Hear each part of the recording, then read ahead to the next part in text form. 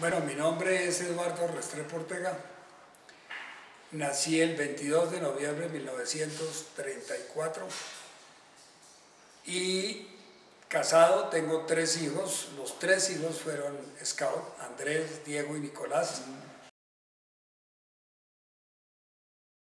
Mi vida de scout comenzó en el gimnasio moderno se llamaba la Tropa 13. Era dirigida por don Tobías Moreno. Curiosamente me tocó una reunión del Consejo Interamericano Scout que se celebró, yo creo que por allá por el año 47 o 48.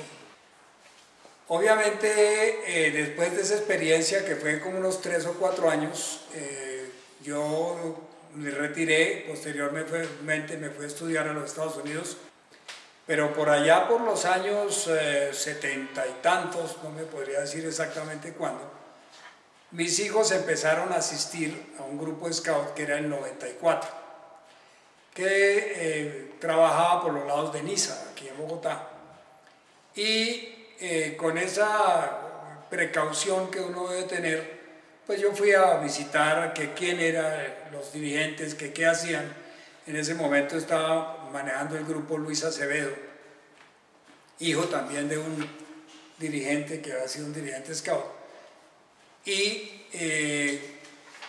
me vinculé al grupo en el Consejo Scout. Posteriormente, como representante del grupo, fui a una asamblea de Picapiedra, que era una localidad que había en Bogotá. Allí conocí a Niquitas, conocí a Edmundo, estaba de presidente de esa localidad, y a muchos más. Posteriormente, ya en una ocasión, fuimos a una asamblea scout, y si uno comete la imprudencia de hablar en una asamblea scout, lo nombran, inmediatamente lo nombran. Entonces, así llegué a ser presidente de la localidad Picapiedra, y después fuimos a unas asambleas nacionales, y en la asamblea nacional cometí nuevamente el error, no aprendí, y entonces ya quedé en el Consejo Nacional, y así sucedieron hasta que, a punta de hablar en las asambleas, terminé de jefe scout nacional.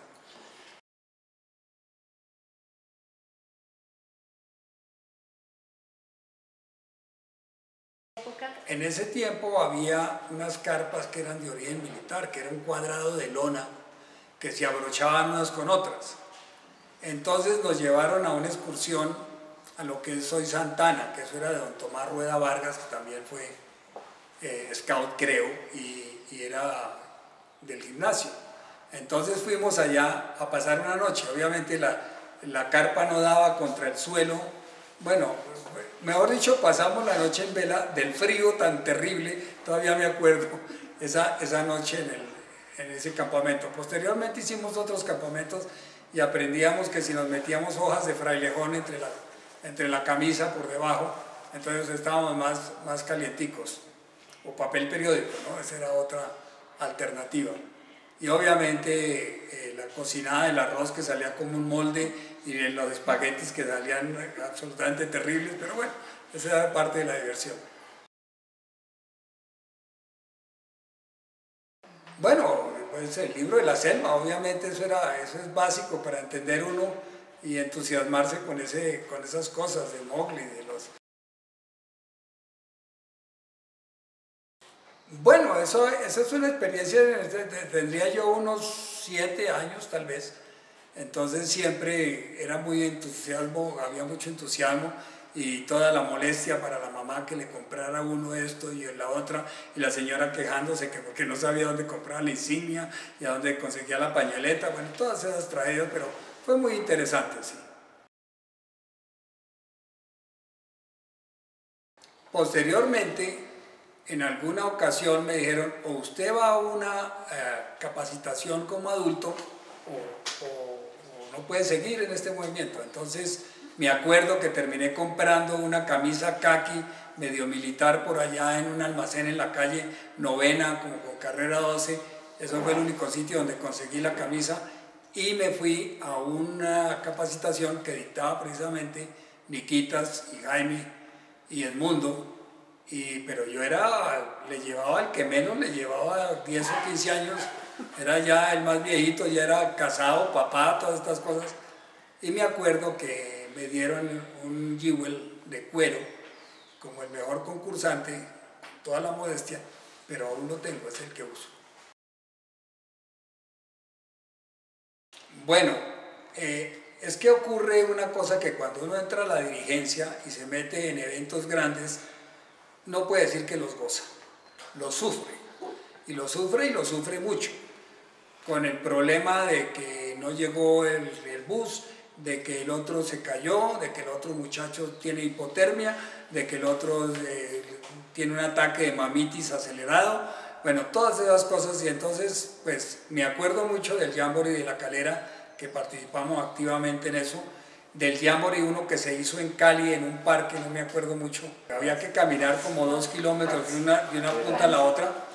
Esos fueron unos eventos muy interesantes y obviamente pues eventos pequeños en que participó Campanita, que era la comisionada de Lobatos, uno que hicimos en la escuela de policía que hay por el Muña, ¿no?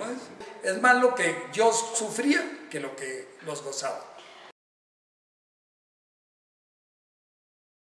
Bueno, una de las satisfacciones muy grandes que me quedó a mí del movimiento Scout es el haber sacado adelante lo que llamamos en su momento la coeducación. Eso tuvo una resistencia gigantesca. En el grupo 71, donde trabajaba Diego Espina, estaban haciendo un experimento un poquito subversivo de la coeducación. Hablando con uno de los jefes de programa en esa época, era Freddy López Lema, empezamos a estructurar cómo sería la coeducación. Este programa lo presentamos en una asamblea en Cali y en esa asamblea logramos la aprobación y fue la revolución completa. Obviamente la gente, las predicciones eran que lo peor iba a pasar, eso iba a ser un despiporre completo, lo cual no ocurrió.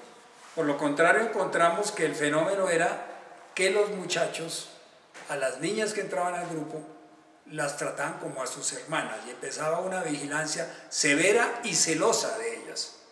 Y entonces el plan salió adelante y creo que todavía funciona y funciona bien. Pero la realidad fue que fue una labor en que yo creo que la jefatura y los amigos que me acompañaron en esa jefatura, sacamos adelante en esa asamblea de Cali y fue exitoso. Bueno, el consejo es que el movimiento Scout sí da muchos valores. Y uno encuentra gente que en realidad vive el movimiento Scout, no solamente cuando está activo dentro del movimiento, sino en su vida particular. Es la persona que respeta al vecino, es el que colabora, es el que ayuda. Y uno muchas veces en la vida común y corriente se encuentra con personas y por alguna razón, simplemente cuando está haciendo un nudo le dicen, usted fue Scout, ¿no es cierto? Y me dice, yo fui Scout. Y normalmente son gentes de mucho valor personal.